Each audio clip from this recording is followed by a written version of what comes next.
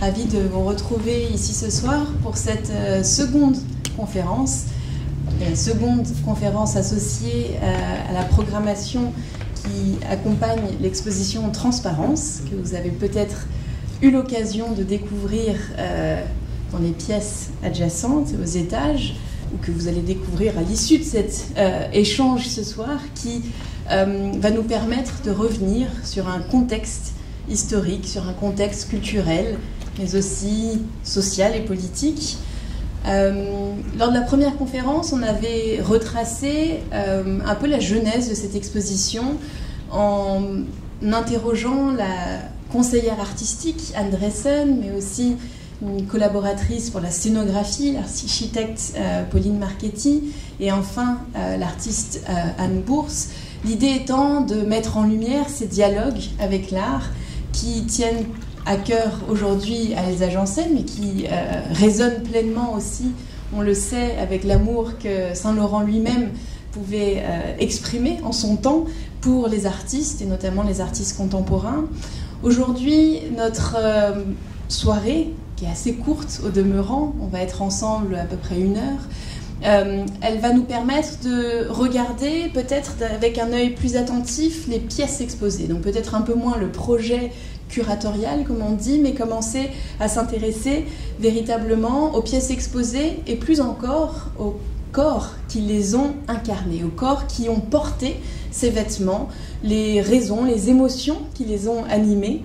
Et donc j'ai avec moi ce soir 2 complices, Dominique Deroche qui était... que je pense beaucoup d'entre vous connaissez.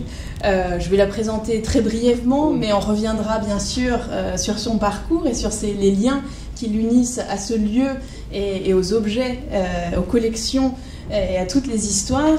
Dominique, vous étiez notamment aux premières loges pour le développement de Saint-Laurent Rive Gauche, mais aussi par-delà ce service de presse qui a accompagné le couturier et ses collections pendant plusieurs décennies. On va avoir l'occasion de revenir dessus et vous pourriez nous préciser également votre rôle. Ça sera l'un des enjeux de notre discussion. Sarah Banon qui nous rejoint également, qui est actuellement engagée dans des recherches doctorales en sciences politiques à l'université Paris 8 et qui enseigne également, qui est professeure à l'Institut français de la mode, dont les travaux portent principalement, mais pas exclusivement, sur une histoire du féminisme, des féminismes et l'histoire de la mode, une histoire des femmes aussi. Et de femmes, il sera question donc ici ce soir, même si c'est un homme qui nous accueille.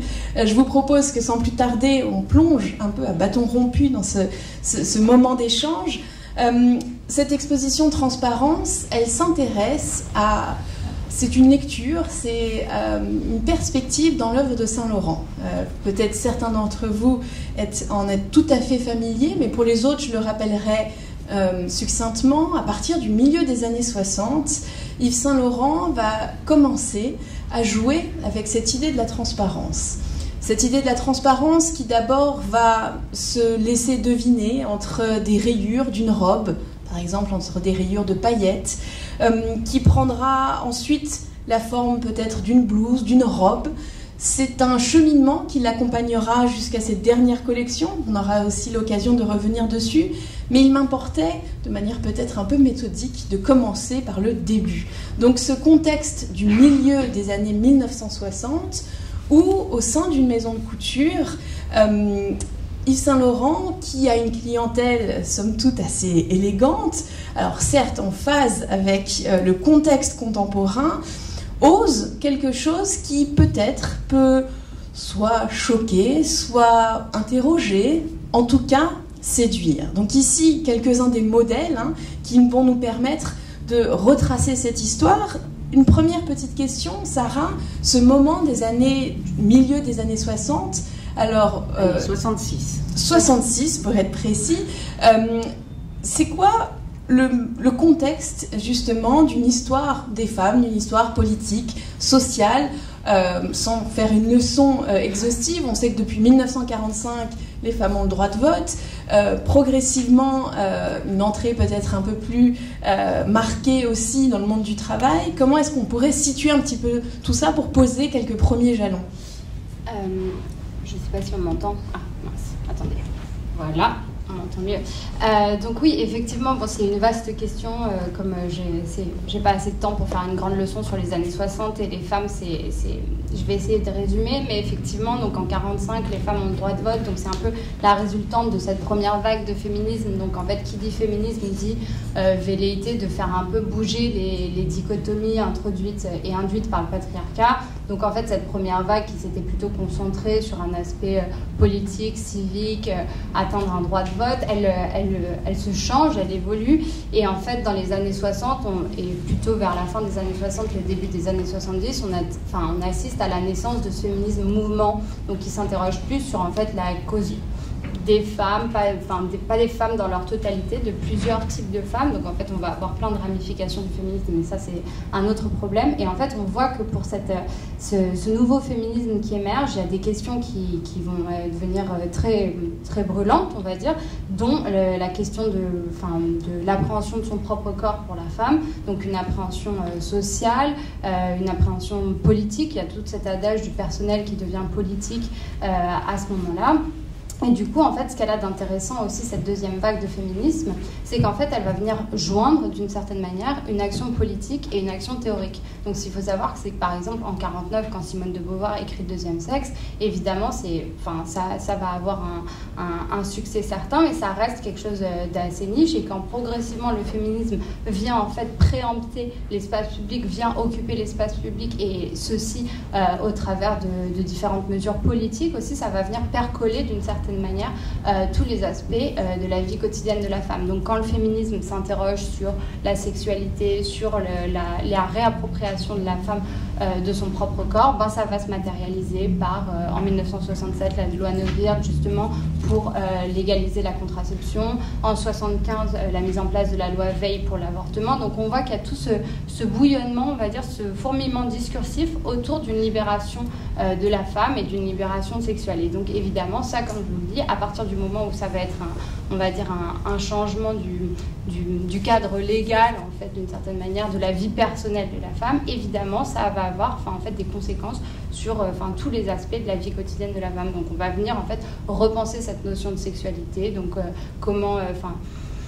quel rapport la femme va avoir à sa propre sexualité, quel rapport au mariage, aux institutions traditionnelles, et du coup aussi ce rapport à la transgression qu'on va retrouver dans la mode. Finalement, si Saint-Laurent peut se permettre en fait de faire des blouses transparentes, c'est parce que progressivement le corps de la femme, la chair en fait de la femme va se retrouver déstigmatisée, on va dire, dans le discours ambiant.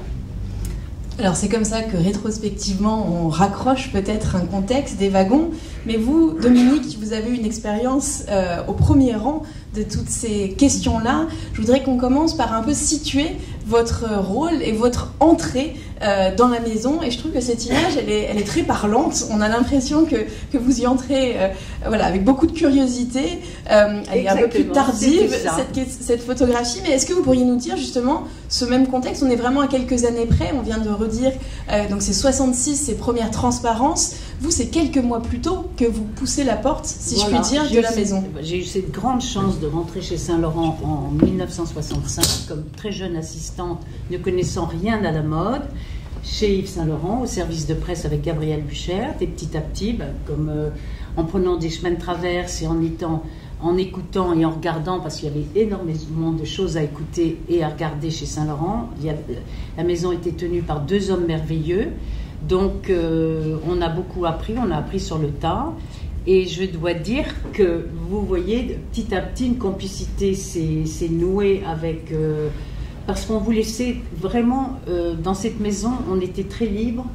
Les contacts étaient très faciles, les rapports avec M. Berger, M. Saint-Laurent, on a beau dire que certains pensent que c'était compliqué, pas du tout. Et je trouve qu'en apprenant tout ça, Saint-Laurent, qui était un homme délicieux, complètement sur sa création, son travail et sa maison, sa très chère maison et ses ateliers, petit à petit, il voulait mettre la femme, comme vous dites, mais lui, pas du tout côté politique. Il voulait donner et mettre sur le dos de la femme un uniforme pour qu'elle soit simplifiée, comme l'homme. Un tailleur-pantalon, un trench. Il ne pensait pas si c'était, vous voyez, dans l'air du temps ou pas. C'était complètement... C'est là tout le talent aussi des créateurs d'Yves Saint-Laurent qui, lui, sentent... il était en avance de tout le monde et de tous ces mouvements féministes qui se sont, si vous voulez... le pantalon à l'époque, personne ne se mettait en pantalon, on a eu des tas d'histoires avec les pantalons et maintenant tout le monde se met en pantalon. Pour ce qui nous occupe aujourd'hui, la transparence, parce que moi j'appelle pas encore ça la nudité, même si Saint-Laurent en 71 a posé nu devant Jean Loussief et c'était son souhait et c'est lui qui a eu cette idée. La transparence est venue très doucement chez Saint-Laurent, timidement par une blouse en cigaline sous un smoking très, très strict et très près du corps.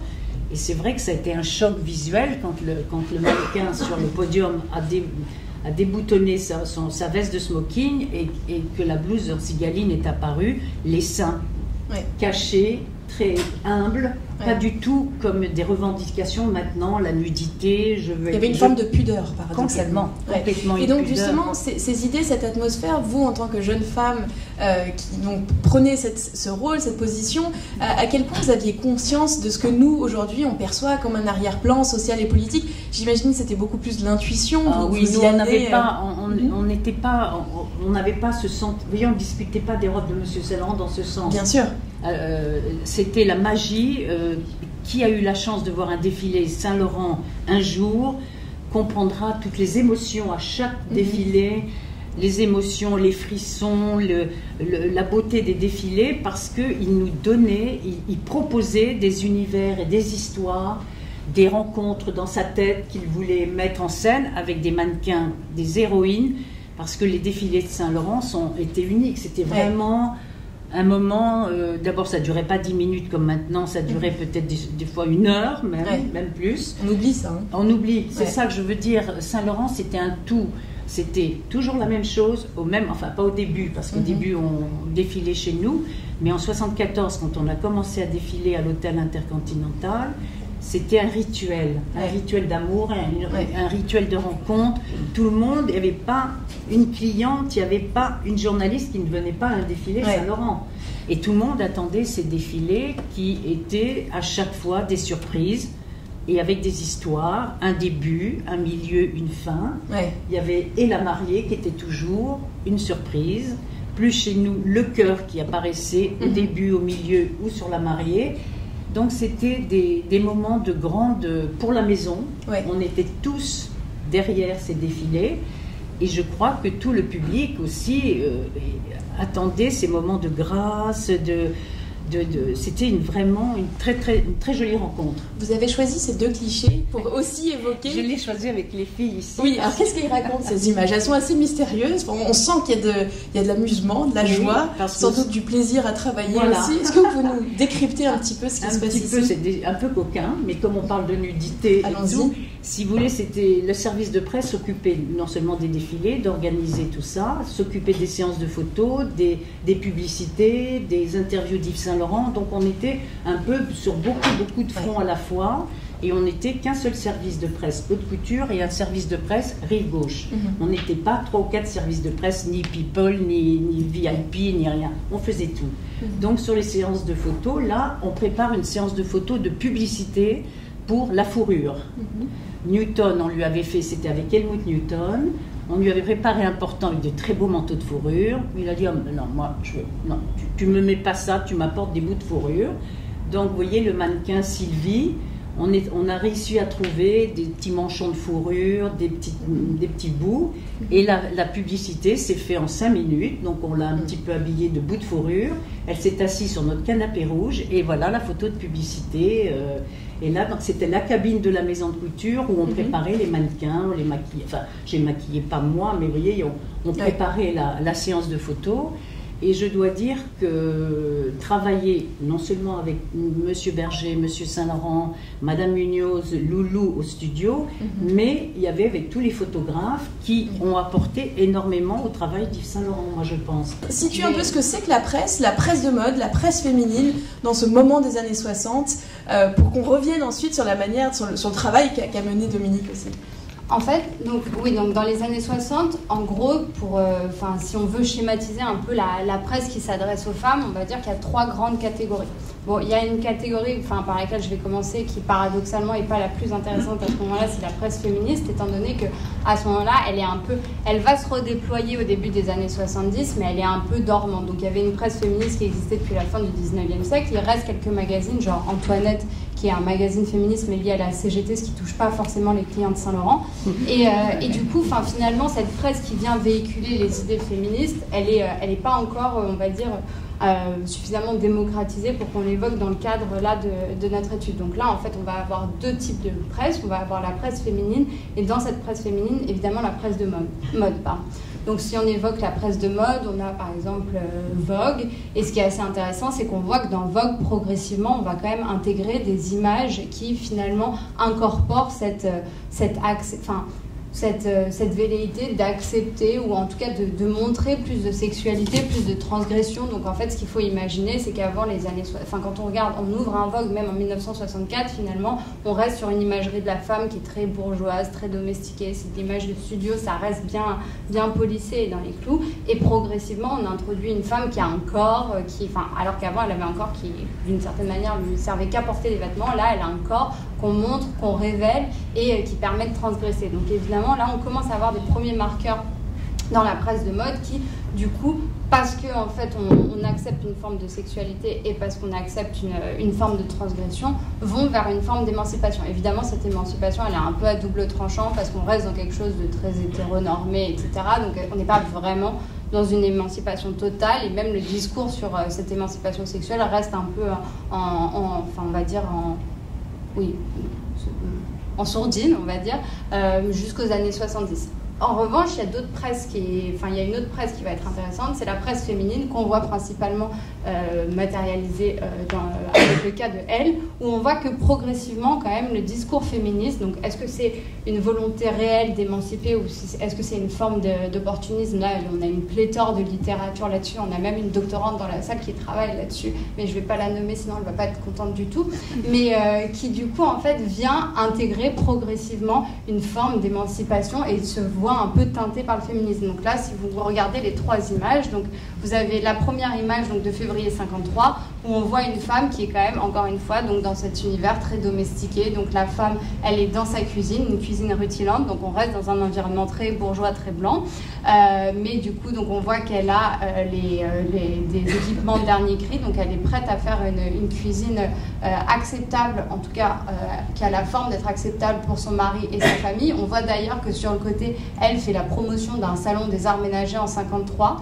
Et donc on voit que par exemple même l'usage c'est assez intéressant de voir que là elle est dans une posture où elle lit, mais en fait elle lit un livre de cuisine. Donc même en fait tous ces artefacts d'intellectualisme, le livre, les lunettes sont quand même dirigés vers sa vie de famille. Et en fait on voit le glissement qui s'opère vers une forme de féminisme, et du coup c'est pour ça que j'ai utilisé ces 2 images pour vous dire que en 15 ans finalement, enfin 13 ans, pardon, 14 ans, oulala, mes maths c'est terrible, en fait en 14 ans le changement s'opère de manière assez frappante. Donc là vous avez Mireille d'Arc au milieu en 67 qui donc porte une fourrure, donc on reste encore une fois dans un environnement très bourgeois, mais ce qu'il faut savoir c'est que déjà elle est photographiée par Guy Bourdin qui va être un peu on va dire une forme d'homologue d'Helmut Newton et qui progressivement va aussi déployer une imagerie beaucoup plus sexualisée, beaucoup plus transgressive. Donc évidemment, c'est pas anodin ici de voir qu'elle est photographiée par Guy Bourdin.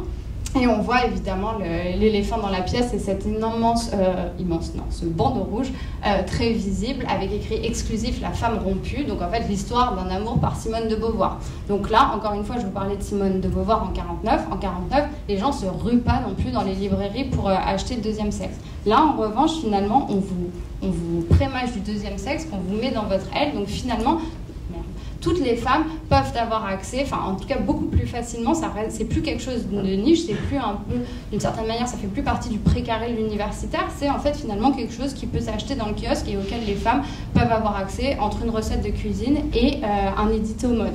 Donc en fait, La femme rompue, en plus c'est assez intéressant parce que c'est un recueil de 3 nouvelles de Simone de Beauvoir où elle parle de 3 espèces de crises existentielles de femmes. Donc je crois qu'il y en a une où c'est une femme d'une 60aine d'années qui décide de tout envoyer valser. Bon, on reste encore une fois dans un schéma assez traditionnel, c'est pas non plus une mise en valeur de la figure de la lesbienne par exemple, mais c'est quand même des femmes qui en fait viennent questionner le schéma traditionnel dans lequel elles sont intégrées. Et pour finir, vous avez l'image de Catherine Deneuve, donc là en 68, où en fait on voit que sur la... Bon, vous avez Catherine Deneuve en plus, grande muse de Saint-Laurent, donc encore une fois qu'on associe, Deneuve à ce moment-là, elle a joué dans Belle de jour, vous voyez, on commence déjà à la tenter. La chamade et tout. Exactement, et là je crois que c'est... on écrit sur la couverture, on parle de la nouvelle Manon, où elle va représenter Manon Lescaut, donc encore une fois on n'est pas dans l'image très puritaine de la femme non plus. Et en fait, on voit que sur la couverture, référendum pour ou contre l'éducation sexuelle. Donc évidemment, il y a l'option contre, mais il y a aussi l'option pour. Donc en fait, on commence à introduire, comme je le disais, dans elle, en fait, on commence à familiariser les femmes avec ces questions féministes, ces questions autour de la sexualité. Et ce qui est important à prendre en compte, c'est qu'à ce moment-là, finalement, il y a toute une réflexion autour de l'éducation des femmes, de la responsabilisation des femmes qui n'avaient pas vraiment qui ne comprenaient pas aussi bien leur corps que ce qu'on voit maintenant. Donc finalement, quand elle met à disposition des informations sur la sexualité, ils vont introduire ce qu'ils vont appeler l'encyclopédie de la sexualité, finalement, ça c'est très précurseur et du coup c'est d'une certaine manière très émancipateur. Bon, après il y a certaines féministes qui hurleraient si elles m'entendaient dire ça, mais bon, il faut un peu ménager le chèvre et le chou. Et en fait, pour finir, autre chose qui est intéressante de la part de elle, c'est qu'en 1970, donc 1970, l'année zéro du MLF, comme dirait le journal Partisan à ce moment-là, en fait, en 1970, donc vous avez la naissance du mouvement de libération des femmes, et vous avez également en novembre des états généraux de la femme qui sont organisés par elle, donc à Versailles. Donc évidemment, on voit la référence, si vous ne voyez pas la référence aux états généraux soviétiques, mais en tout cas, donc, il y a une référence aux états généraux, les anciens, où en fait finalement on vient aussi mettre les femmes en contact avec ces questionnements féministes. Et ce qui est important à prendre en compte, c'est qu'à ce moment-là, il y a plein de femmes qui n'ont pas été du tout familiarisées avec ces notions-là, et du coup, pas mal de lectrices de elle vont dire que justement c'est ce moment-là qui va leur donner l'occasion de rencontrer le féminisme et d'entrer d'une certaine manière en féminisme. Donc en fait c'est assez, ce que elle propose ici, encore une fois à prendre avec une pincée de sel si on est d'un point de vue un peu féministe radical, mais pour on va dire un féminisme on va dire démocratisé, c'est assez intéressant. Donc c'est un contexte assez bouillonnant si je puis dire, et qui se diffuse comme on a pu le voir ici. Mais ce qui se diffuse dans les pages de ces magazines féminins, dans ces magazines de mode, c'est bien sûr aussi les modèles. Et vous, Dominique, vous avez eu ce rôle... Je voulais juste faire une aparté. En 71, Saint-Laurent fait la collection 40, où le corps se montre dans des robes drapées, la féminité, les chaussures compensées. La presse n'a pas bien reçu, mais la jeunesse s'est emparée de cette collection. Donc vous voyez, la mode aussi avancée, Saint-Laurent avancé, sans penser au féminisme. Lui, il avait vu Paloma Picasso arriver, et il a fait ce qui a été un énorme succès par la suite dans la presse et porté par les clientes. Il vivait tout simplement dans son temps et entouré de femmes là, on vient de penser. Oui, bien sûr. Et donc, votre rôle, quand on a échangé pour la première fois, vous m'avez expliqué que souvent vous accompagnez les robes. C'est-à-dire que votre rôle donc, au sein de ce service de presse, peut-être tout le monde n'est pas familier des rouages des maisons de couture, mais en effet, quand un photographe, une journaliste, une styliste choisit une robe, vous ne l'envoyez pas juste par la poste, on s'en doute bien, mais au-delà de ça, elle ne part pas seule, si on peut dire. Elle vient accompagner, et notamment par quelqu'un comme vous, qui... Alors pourquoi ? Pour quelles raisons, justement, vous accompagnez les modèles, et pourquoi vous avez été souvent présente pour ces séances de photographie ? J'ai eu cette grande chance, donc j'ai accompagné beaucoup de séances de photos. Celle-ci que vous n'avez pas encore mise, mais là, elle a été faite à Marrakech pour l'anniversaire de la maison de couture pour les 20 ans. Et donc, il y avait 14 pages pour le L, qui avait décidé de rendre un énorme hommage à Yves Saint-Laurent. Et effectivement, le service de presse accompagnait tous les grands reportages, toutes les grandes séries. Pourquoi ? Parce que M. Saint-Laurent aimait que ces modèles, même en photo, soient le mieux. Nous avons le devoir de surveiller comment c'était habillé, bien passé, si le nœud était bien fait. Il fallait respecter la tenue du podium, le plus près possible. Donc vous vérifiez. Et petit à petit, on a un peu changé, mais au début, c'était ça. On partait pour habiller selon le modèle qui passait sur le podium. Pas se tromper de chapeau, vous voyez, faire bien les choses. Vous voyez, là, on a changé un peu. Catherine est pieds nus. Elle porte une robe de 76 à l'Afrique. Et ça s'est fait à Marrakech. Et j'ai eu une chance énorme de partir sur plusieurs grands voyages comme ça. Une grande responsabilité, parce que tous les soirs je me disais est-ce que c'est bien, est-ce qu'on a bien fait, est-ce que tout ça. Je faisais même mon petit chemin de fer parce que personne duel m'avait accompagné, donc tous les soirs je préparais mon petit chemin, je mettais un petit peu de Paula parce que si quelqu'un me demandait où en êtes-vous, combien de robes vous avez, je donnais vous voyez, à côté du photographe là c'est Catherine Deneuve, je tenais à jour la séance de photos quotidiennement. Alors justement, comme je disais précédemment, vous étiez en ce sens peut-être aux premières loges des réactions, vous voyez comment les photographes s'en saisissent, vous voyez comment les stylistes s'en saisissent, parce que c'est une chose d'être dans le cœur de la maison de couture, de voir le processus de création sur lequel on aura l'occasion de revenir, mais vous étiez aussi là pour voir comment d'autres se saisissaient de ces modèles, comment ils les portaient, comment ils les regardaient, comment ils les photographiaient.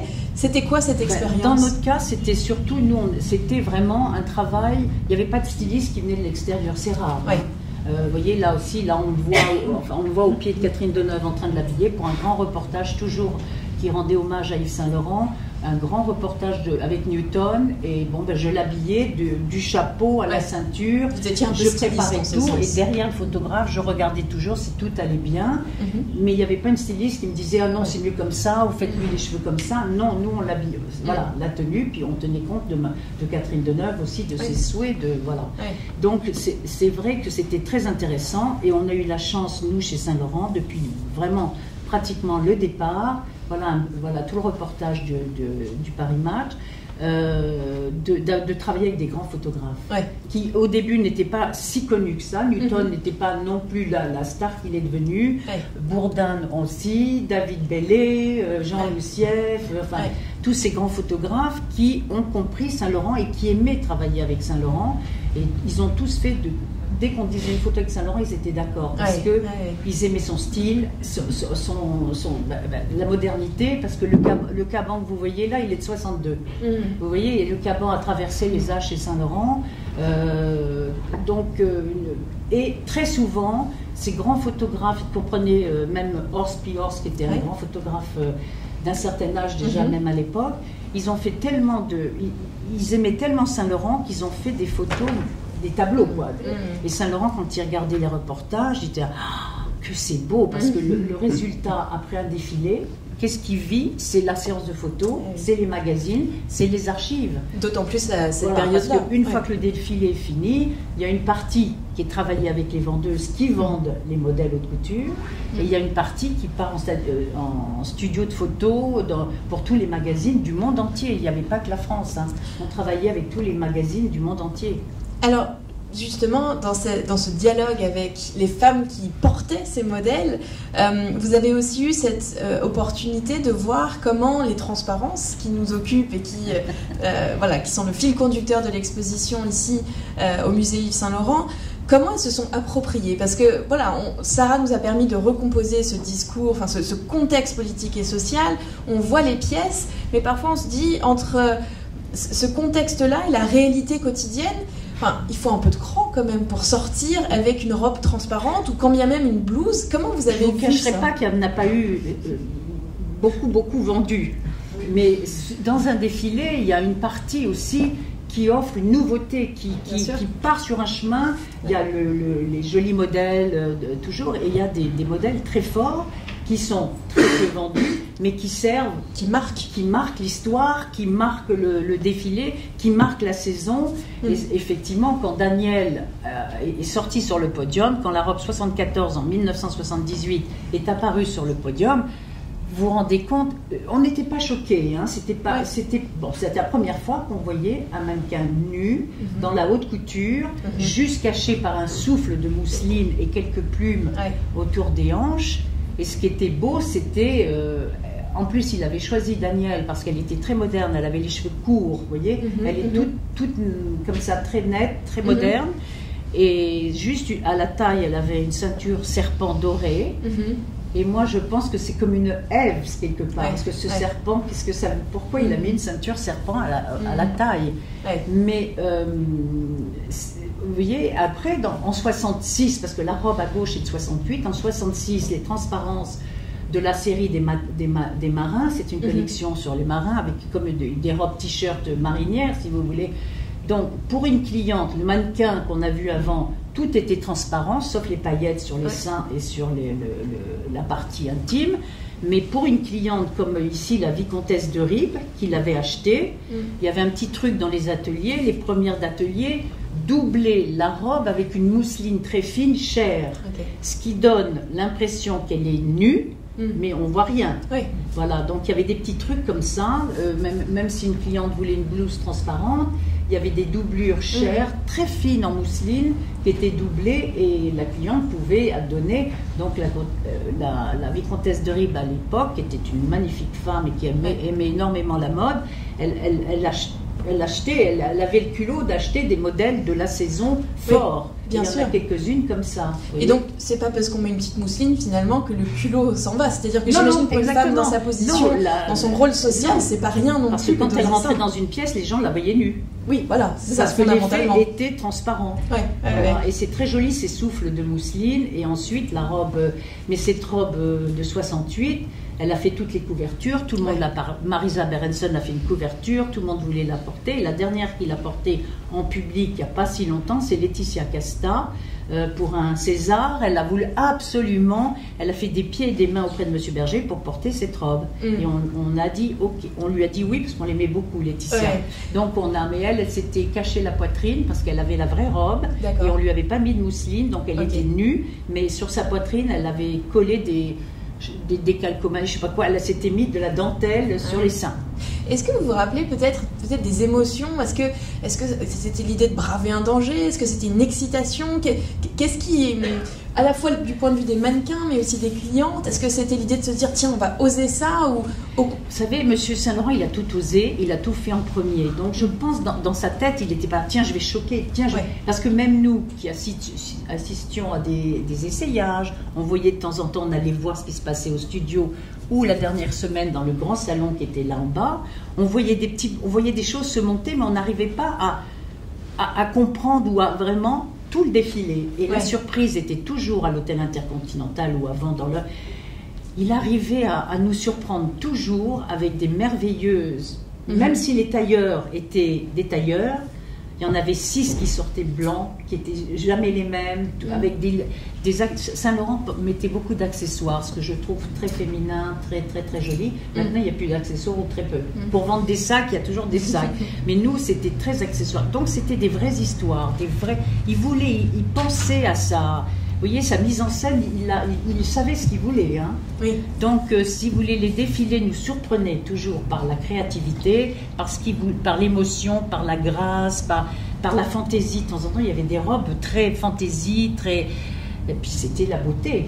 Les défilés, d'ailleurs, quand on arrêtait en 2002, les gens, vraiment, souvent m'appelaient en disant... Les défilés Saint-Laurent manquaient dans la semaine des collections haute couture.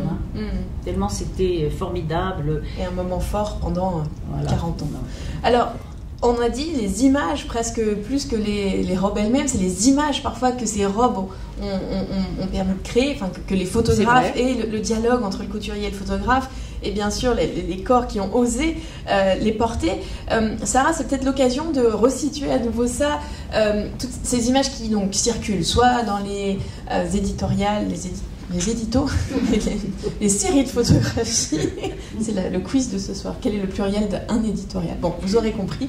Les séries de photos de Elle, de Vogue, de Harper's Bazaar, de cette presse internationale donc, qui accompagne l'œuvre de Saint-Laurent. Pour les lectrices, il y a aussi peut-être de manière très incarnée des actrices, des personnes, des femmes qui appartiennent à la culture populaire, au cinéma, à la musique, qui permettent aussi d'accompagner l'évolution de ces représentations. Quand on a préparé cet échange, il y a quelques exemples en particulier qui te sont venus à l'esprit. Est-ce que tu pourrais nous en dire un peu plus? Donc oui, en fait, ce qui est assez intéressant, c'est comme vous le disiez, effectivement, enfin la transparence, enfin c'est quand on voit Jacqueline de Rips, n'est pas le chaland moyen. Enfin finalement, c'était quand même quelque chose qui était très très marquant, associé à ces niches, associé à certaines personnalités, alors que aussi dans les années 60, on a une révélation progressive du corps qui passe pas que par les transparences, mais qui passe par des jupes qui vont se raccourcir et des décolletés qui vont se prolonger.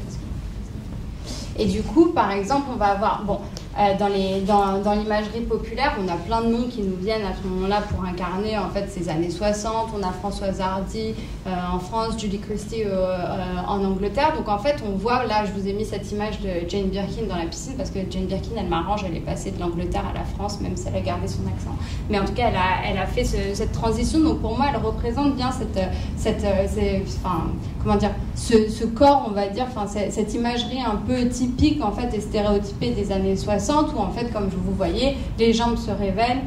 On a c'est ce qu'on va appeler le youthquake, donc on va avoir toute cette énergie beaucoup plus jeune et du coup plus sensuelle par extension qui va se révéler. Et du coup là par exemple dans la piscine on voit en fait toute l'ambiguïté de cette jeunesse qui est prônée, mais c'est une jeunesse qui est à la fois sexualisée, mais du coup ça intègre en fait certains paradoxes, certaines ambiguïtés. On va jouer un peu sur toute cette imagerie de la baby doll et qui du coup en fait pose question quant à la sexualité qui est révélée. Donc en fait moi j'aime bien ces images, en fait, comme encore une fois, type des années 60, en fait, ces images types de la mode et de la culture populaire, enfin, de toute façon, tout ça s'est imbriqué, parce qu'en fait, pour moi, elles intègrent, en fait, tous ces questionnements aussi qui vont être propres aux femmes et au féminisme de l'époque, en fait, tous ces questionnements qui vont traverser la compréhension de la sexualité et qui vont, en fait, tirailler à chaque fois entre les différents paradoxes. Donc, comme vous voyez, là, avec Jane Birkin, il y a tout ce côté, enfin, toute cette esthétique de la baby doll et du coup, toute cette ambiguïté. Et si on peut retourner avant,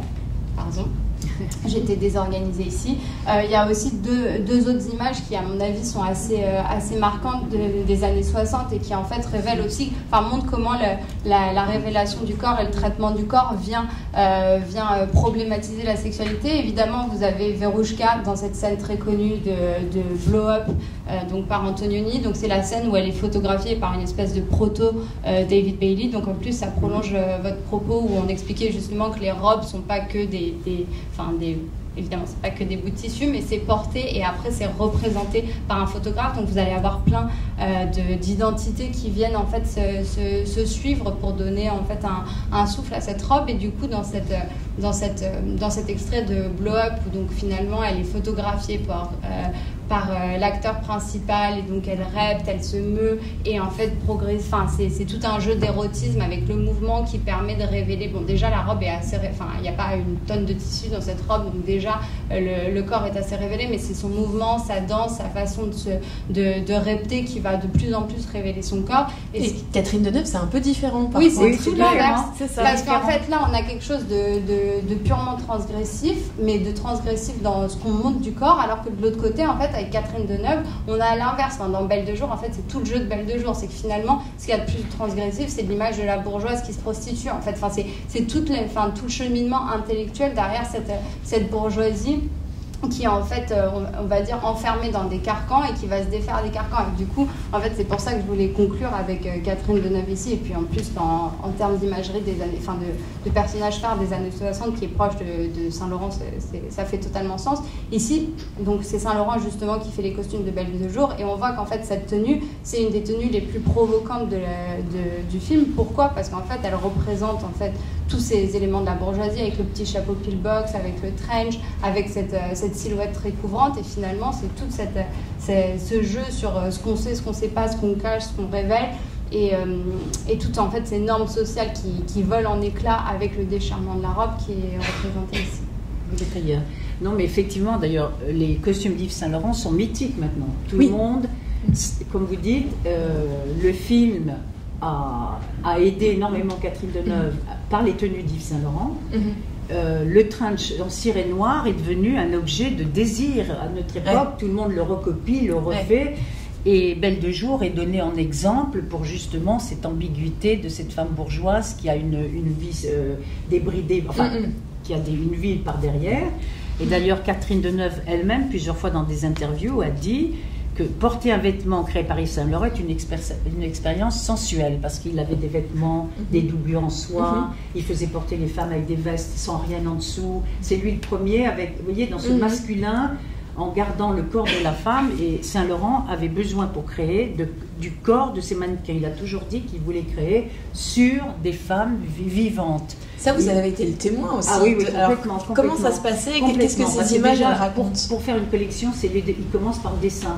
Mais après, il y a tous les essayages qui suivent, les toiles, les essayages. Souvent même, il drapait dans le studio. Là, c'est tout à fait au début de la maison. Donc, elle a gardé son soutien-gorge. Mais par la suite, si vous rentriez dans la cabine des mannequins, c'était très très joli. C'était comme un harem. Toutes ces filles. Nous, on a toujours eu des mannequins de cabine. Toutes ces filles qui se préparaient, qui s'habillaient. Elles étaient en petites culottes avec des bas noirs et des escarpins noirs, avec leur blouse de mannequin, mais très souvent elles se préparaient à moitié nues. Donc la nudité chez Saint Laurent était naturelle, parce que les mannequins faisaient des essayages tous les jours, et ça s'appelait la pause.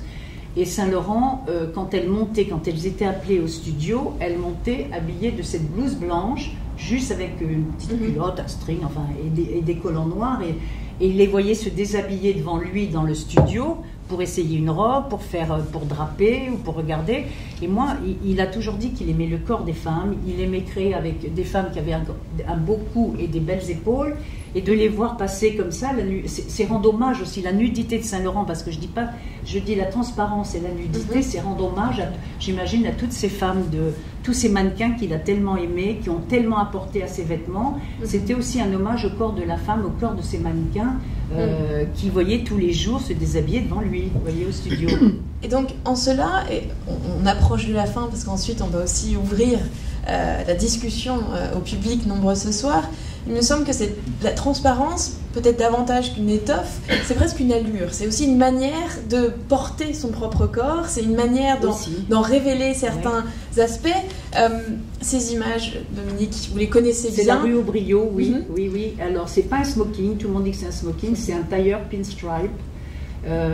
C'est une image avec Newton, qui a rencontré le masculin-féminin d'Yves Saint Laurent, le côté, et Saint Laurent il a toujours adoré. Alors il y en a une qui est moins connue, c'est celle de gauche avec le deuxième mannequin nu, là c'est vraiment la nudité, mais c'est des photos aussi marquantes qui font partie du patrimoine de notre maison. On ne fait pas un livre où on ne parle pas d'Yves Saint Laurent sans avoir une photo de Newton, et ce côté comme ça, un peu, voilà, le masculin-féminin, un peu louche, comme on dirait, vous voyez. Et ça, cette photo a marqué les esprits. Enfin, on a tous beaucoup aimé cette photo chez Saint Laurent. Oui. Et le monde entier, d'ailleurs, parce qu'elle est partout. Enfin, elle est très connue. Elle est tout à fait... Comme vous disiez, c'était le vêtement qui devient une image. Oui. Parce que la rencontre d'Yves Saint Laurent et Newton, ou d'autres photographes, comme le Ciré de Catherine Deneuve, ce film, ça devient autre chose que juste un vêtement créé pour un événement. Ça devient une envie. Une allure. Une allure. Manière de... De toute façon, Saint Laurent, il y a toujours eu beaucoup d'allure. La main dans la poche et de l'allure. Alors, ces transparences, elles vont ponctuer toutes ces collections, en fait. C'est ça, à partir du moment presque où il expérimente avec la notion, avec cette allure, justement, à partir de 66, on va retrouver cette approche. Pas tous les défilés, mais on retrouvera toujours un dos de dentelle, une mousseline, un sein qui apparaît sous un dos, un sein, deux seins, autour comme ça. De temps en temps, il y a des surprises, mais c'est pas agressif, c'est pas regardez-moi, je revendique, je suis féministe et je monte mon corps. C'est plutôt l'élégance,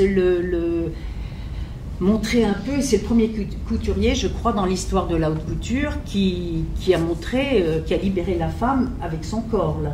Parce que à cette époque, quand on regarde les autres couturiers en 68 et tout ça, c'est des jolies madames, c'est des robes, personne, je crois, n'a lancé une femme sous un souffle de mousseline sur un podium, je crois pas. Sarah acquiesce. Est-ce qu'il y aurait d'autres couturiers qui auraient mis une femme nue comme ça? Parce que je dis pas juste un détail, il y a une robe entière. Non, je pense que de toute façon, c'est aussi marquant. Enfin, en fait, ce qui est intéressant, c'est de la façon dont c'est réapproprié par la postérité. En fait, effectivement, on les accroche. Enfin, c'est deux éléments qu'on... Mais quand on regarde les autres couturiers de cette époque, en parallèle avec Saint Laurent, Chanel, Dior, tout ça, je crois que c'est le seul qui a vraiment osé, mais d'une manière, parce que c'est beau, vous voyez, je veux dire, c'est pas... Parce que maintenant, de nos jours, tout le monde fait de la transparence, les femmes sont toutes en culotte ou en... C'est parce que c'est la mode maintenant, on sort en petite culotte ou on sort tandis que lui... Mais c'est justement peut-être qualifier cette transparence et ce rapport au corps et quand on avait un petit peu travaillé au cours de l'exposition, moi j'avais fait un parallèle, cet exercice du nu académique, cette idée que représenter le corps féminin, c'est un exercice... Moi, je trouve que ça me donne une grande émotion de voir Inga porter la robe. Je trouve que c'est beau, c'est émouvant, la perfection d'un corps. Vous voyez, c'est pas du tout... Oh, voilà, voyez, peut-être c'est pas tant l'érotisme que cette représentation. Je ne vois pas de l'érotisme en disant, voilà, je vois...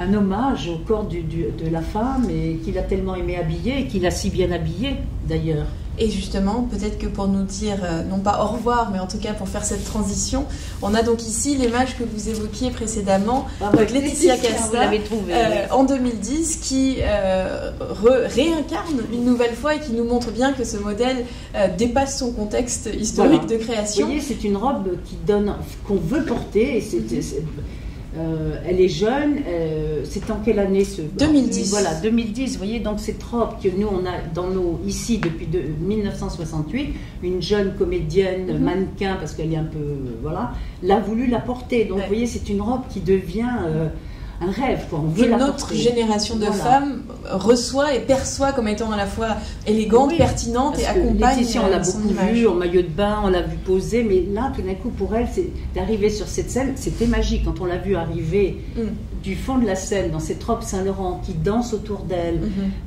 qui se souffle, et elle est nue, mais elle n'est pas... mais elle est habillée. Elle est habillée, voilà. C'est un beau paradoxe. Voilà, elle est nue, mais elle est habillée. Alors, on va terminer sur le mot de la fin.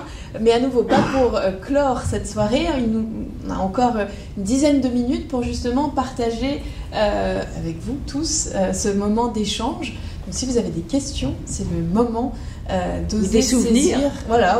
Voilà, des commentaires, des souvenirs, des histoires à rajouter à celles que Dominique et Sarah évoquaient avec nous. 1 heure, c'est pas beaucoup pour parler de Saint-Laurent. Hein, bien sûr, c'est ce que je vous avais dit au démarrage. On reçoit, voilà, c'est une envie. On repart avec l'idée de se plonger dans l'exposition, de poursuivre. Non, c'est sûr. Mais voilà, on fait que effleurer, un peu comme de la ciganine. C'est très joli. Alors, on vous écoute. C'est toujours un peu difficile. Ah, merci. C'est difficile de se lancer avec la première question. Je voudrais rendre hommage à Dominique de Roche. Je pense que personne d'autre aurait pu représenter la maison de M. Berger et de M. Laurent Saint-Laurent aussi bien. C'est gentil. Aussi gracieuse, aussi diligente que vous. Écoutez, je ne m'attendais pas à ce compliment, vous allez me faire pleurer. C'est vrai. C'est 40 années de travail. Je le dis de tout cœur. Et c'était un plaisir de faire votre connaissance il y a des décennies. Oui, des décennies. Et on vieillit bien ensemble, c'est ça qui est bien. Ce soir. Et Clara, c'est pareil, on se connaît depuis 1966. Voilà. Vous voyez, c'est des grands chemins, c'est des longs chemins. Voilà. Non, mais des longs chemins, mais on se voit. On est heureux de l'avoir fait, ce chemin, en tous les cas, je peux vous dire. C'est des souvenirs tellement beaux et tellement... d'avoir participé, d'avoir accompagné, parce que moi j'étais pas grand-chose, je mettais les autres en lumière, mais c'était tellement motivant, parce que les deux étaient motivants, Pierre Berger aussi, parce que si Saint-Laurent est si connu aussi maintenant, c'est qu'à côté il y avait Pierre Berger qui a toujours eu ce culot et cette intelligence et de mettre Saint-Laurent dans la lumière d'une manière unique, quoi. On a toujours fait les choses, les premiers. Maintenant, tout le monde fait des expositions. Nous, on les a fait en 83 au Met à New York. Personne, il n'y avait pas de couturier de son vivant qui faisait ça. On a fait la Coupe du Monde. Tout le monde nous disait, faire la Coupe du Monde.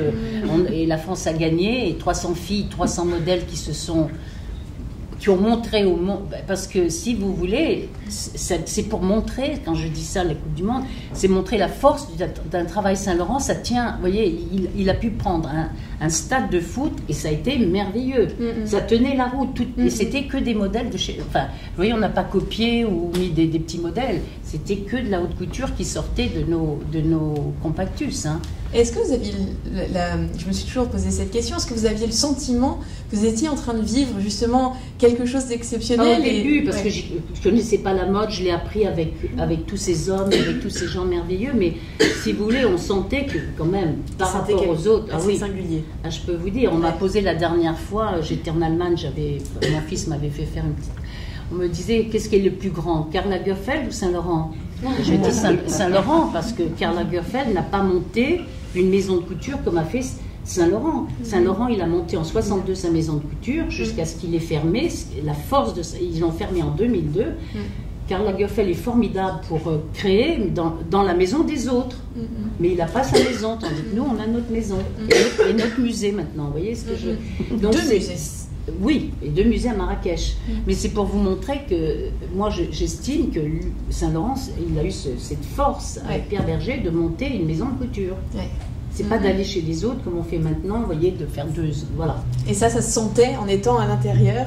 Vous disiez, c'est quand même un endroit écoutez, c'était d'abord toute la maison était formidable et on sentait qu'on travaillait pour un homme d'une culture et d'un talent. C'était vraiment, on dirait les Anglais obvious. C'était tellement un talent naturel. Vous voyez ce que je veux dire? C'était pas compliqué. Il savait ce qu'il voulait, même si à la fin les gens disaient oh oui, mais il a pas. C'est vrai qu'il a dit tellement de choses les 10-15 premières années et après il voulait affiner son travail, il voulait simplifier son travail, il voulait aller jusqu'à l'épure, il avait tout dit. Voilà.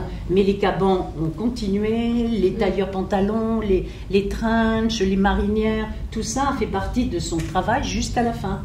Il l'avait dit, donc il allait, vous voyez, il avait tout mis, il avait habillé la femme moderne, la femme contemporaine, la femme qui travaillait. Il accompagnait toutes les femmes qui travaillaient. Et il voulait leur donner un vestiaire aussi simple que l'homme. Ils n'avaient pas.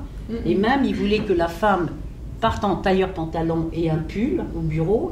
Elle changeait, ou elle enlevait le pull, ou elle mettait une blouse en soie. Elle changeait de chaussures, elle pouvait aller à une soirée. Donc, vous voyez, il voulait que la femme lui simplifie la vie et la rende forte et élégante. Et ce qu'il a fait, je pense qu'il a réussi, la femme contemporaine. Absolument. On a encore quelques minutes pour... Allez, une dernière question. Alors moi, c'est plutôt une question à toutes les deux. On voit que la transparence a été reprise chez Saint-Laurent et notamment dans le dernier défilé. Par Vaccarello. Et c'était pour vous poser donc vraiment à toutes les deux, qu'est-ce que vous en pensez, quel symbole ça peut avoir de faire un défilé où on montre, là pour le coup, tous les corps, je crois que tous les mannequins étaient seins nus, en tout cas face invisible. Voilà, qu'est-ce que vous en pensez de faire ça en 2024 Mais je crois que tout le monde le fait parce que j'ai vu plein d'autres qui ont... Maintenant même, vous allez au gala du Met, les gens voient tout, vous allez partout. Je veux dire, c'est passé dans... Ben oui, mais maintenant, comme c'est trop. Pour moi, c'est trop. Vous voyez, je trouve que c'est trop, mais bon. Vous dites comme Vanessa Friedman que vous en avez marre de voir des seins, quoi. Non, mais j'aime ça, mais je trouve que la création, si c'est que ça, vous voyez, dans toutes les maisons, maintenant, il faut que les filles soient... Non, mais c'est vrai que c'était une réaction assez forte de la presse internationale. Le New York Times, donc Vanessa Friedman. Mais après, ce qui est intéressant, c'est que là, on dirait qu'on est presque mitridatisé d'une certaine manière au sein. On a commencé à en voir en 66 et progressivement, on dissémine un peu de sein par-ci, un peu de sein par-là. Et finalement, l'aspect transgressif, finalement, ce qui était... c'est comme si là, on voulait redéfinir la transgression. Donc la transgression, elle repose plus dans la révélation du corps et plutôt là, c'est finalement le fait de faire un vêtement qui soit... je trouve que il y avait un côté très vulnérable autour du vêtement qui était exposé là dans ce show de Vaccarello, qui n'était pas dans juste l'exposition des seins, c'était dans le fait qu'on voyait que c'était un vêtement. D'ailleurs, en fait, les vêtements ne survivaient pas à la suite du show. C'était des collants, ça tenait pas évidemment. Donc en fait, il y a une nouvelle... une réactualisation de la notion de vulnérabilité qui existait avant dans les matières, cette cigaline et dans cette révélation du corps qui était transgressive, unique et inédite, alors que là finalement, comme encore une fois on s'est habitué, finalement la vulnérabilité elle repose ailleurs et le côté presque en plus transgressif repose dans autre chose qu'en fait ce qu'on voit, mais plutôt dans la façon dont on l'a démontré pour moi et dans cette systématisation. Non, moi c'est partout, je vois partout maintenant les photos, je vois toutes les manifestations, les défilés ailleurs. On offre la femme maintenant, vous voyez, elle a plus de mystère, c'est pas jeté en pâture, mais vous voyez, c'est un peu ça. Je trouve que moi je veux bien, je suis pas végane, je veux bien, j'aime bien tout. Mais tout d'un coup, je trouve que, d'ailleurs, dans la rue, les gens savent. Enfin, si, il y en a beaucoup quand même, hein, en transparence totale, ou juste en culotte. Voilà. Mais je trouve que c'est, pour la femme, moi je trouve ça dur. Parce que ça devient presque une femme objet pour moi. Enfin, vous voyez, je te l'offre. Ce qui n'était pas le cas. Ce qui n'était pas le cas. C'était pas le cas d'Yves Saint Laurent, non, du tout. Toute dernière question, il nous reste 2 minutes très exactement. Oui. Je voudrais rebondir sur ce que vous venez de dire par rapport à la transgression. Qu'est-ce qui pourrait être transgressif aujourd'hui? Ben voilà. Je vais vous poser qu'est-ce qui peut être transgressif, parce que maintenant, c'est quelqu'un qui s'habille. Chic qui s'habille des pieds à la tête. Une femme en collant, gants, chapeau. Non, mais on a envie comme ça un peu de jeu. Non, mais au-delà de l'envie, parce que je ne partage pas complètement votre avis, parce que je pense que ce sont des propositions que font les designers, les stylistes. Oui, mais c'est pour habiller les femmes. Mais oui, mais derrière, elles font ce qu'elles veulent. Bah oui, non, je suis d'accord. Il y a pas d'injonction à se balader. Oui, mais j'ai envie de voir un défilé, de voir des belles choses aussi, vous voyez, avoir des émotions, à être surprise. Un défilé, c'est aussi, là, comment il a, vous voyez. Après, dans les défilés, peut-être que les choses sont... Parce que là, on parle mode et défilé. Après, la rue, elles font ce qu'elles veulent, les femmes. Hein, oui, mais après, le défilé a vocation quand même à rentrer dans la rue. Et quand on voit que l'année dernière, il y avait des débats sur les crop tops à l'école, on voit qu'en fait, finalement, est-ce que les seins ne sont pas déstigmatisés? Il y a d'autres choses qui viennent être surprenantes et que finalement, se balader le ventre à l'air... Enfin, à l'école, c'est problématique. Quand on a 40 ans, ça pose une autre question. Oui, donc finalement, est-ce que ça, c'est pas transgressif? Enfin, vous voyez, est-ce que finalement, c'est pas... Ça, en fait. Bah oui, mais vous avez... il y a un livre de Kundera, il a écrit quelque chose... Bah, c'était moi. Je répète ce que j'avais raconté, du coup. Enfin, comme ça, je fais ma propre pub. Non, mais Kundera, il le dit dans un de ses derniers ouvrages. Il dit qu'en fait, il y a un déplacement de l'obsession que les gens vont avoir pour certaines parties du corps, qu'à un moment, c'était la poitrine, dans les années 60, c'est les jambes, et que maintenant, finalement, le centre névralgique, c'est le nombril et que du coup en plus il joue un peu sur l'individualisme de ce que ça représente, mais du coup c'est assez intéressant. Enfin, je pense que quand même, il y a encore des débats, ça cristallise encore pas mal de débats quand même, l'histoire de transgression dans la vie quotidienne. Donc effectivement sur les défilés, peut-être qu'il y a moins de choses qui sont surprenantes, mais après est-ce que finalement quand on voit que Chanel fait défiler que des femmes qui rentrent toujours dans le même modèle, quand on voit qu'il y a certaines marques qui répondent pas à une espèce de volonté de super inclusivité, est-ce que c'est pas ça aussi qui est transgressif d'une certaine manière? Je sais pas. Est-ce qu'il faut pas repenser la notion de transgressivité? Je sais pas. Toute dernière question, il nous reste 1 minute. Moi, il y a une phrase que j'adore de Monique, que tu avais sortie à Loïc Prigent. Ah oui. Tu avais interviewé à la suite d'un show Saint-Laurent, je crois que c'était 2019 ou 2020, chose comme ça. Il y avait déjà beaucoup de transparence. Et tu lui avais dit qu'aujourd'hui, on voyait beaucoup de choses comme ça, justement, et que pour marquer, c'était même un peu ce mouvement de mode des années 2000, on faisait du porno chic, mais qu'avant, à l'époque, chez Saint-Laurent, on savait faire du chic sans le porno. Voilà. J'avais adoré cette phrase. C'est un peu comme ça. Puis prendre du plaisir de s'habiller, vous voyez, chercher. Moi, je trouve que avec Saint-Laurent, on nous a appris ça. C'est pas le côté élégant, c'est pas ça. Mais c'est avoir envie de s'habiller, trouver quelque chose de joli qui va avec. Moi, je trouve que le plaisir de s'habiller et de faire plaisir aux autres qui vous regardent aussi, parce que d'être bien habillé, c'est aussi faire plaisir à... Voilà, moi, prendre du plaisir à s'habiller. Est-ce qu'on l'a encore? Maintenant, j'en sais rien. Parce que vraiment, je vois vraiment la rue. Vous voyez, c'est prendre du plaisir à s'habiller. On n'a pas besoin, comme disait M. Saint-Laurent, vous mettez un pull, une jupe noire, bâton, une jolie ceinture et des escarpins et vous êtes élégant. C'est pas chercher à dépenser très cher, mais se faire plaisir d'être habillé, de s'habiller pour soi et pour les autres. Je pense qu'on a un peu perdu ce goût, moi, il me semble. Hein. Il faut dire que j'ai 80 ans, alors... Je noterais seulement qu'on parle de transparence et que sans cesse on revient à cette idée de s'habiller. Et comme quoi on peut s'habiller de transparence, comme on peut s'habiller d'autres étoffes.